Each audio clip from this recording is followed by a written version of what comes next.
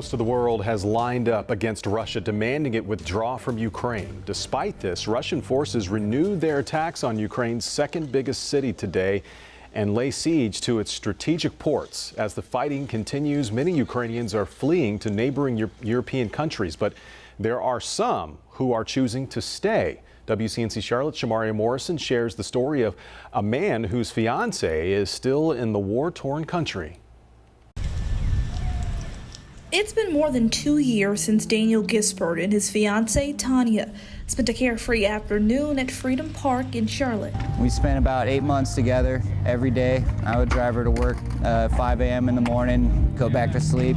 It wasn't long before Daniel proposed. And it was really early on in the relationship and it was mega cringe, but that was the day that I told her I loved her because I just knew it right then and there. There was just one problem. Tanya was only in the U.S. on a student visa. She returned to her home country of eastern Ukraine. We had a chance to get her to the United States and we came to understandings with each other, but it was too late because COVID came through. And at that point, travel was restricted and there was no way for me to get her back to me. The possibility of getting Tanya to the United States now seems impossible, with the conflict raging in Ukraine. This little circle right here, I don't know if you can see it, that's where she's located right now. She's volunteering and providing rations and first aid to non-militant soldiers that are protecting Ukraine.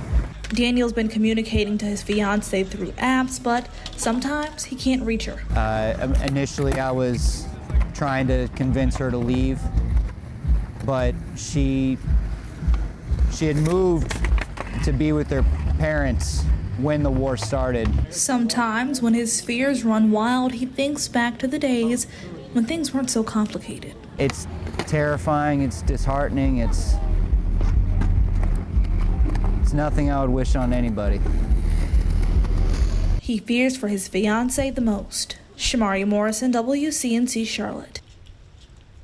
And there are plenty of ways to help out those impacted by this crisis in Ukraine. Just scan this QR code on your screen. It will take you directly to a link that shows a list of ways to give to those in need.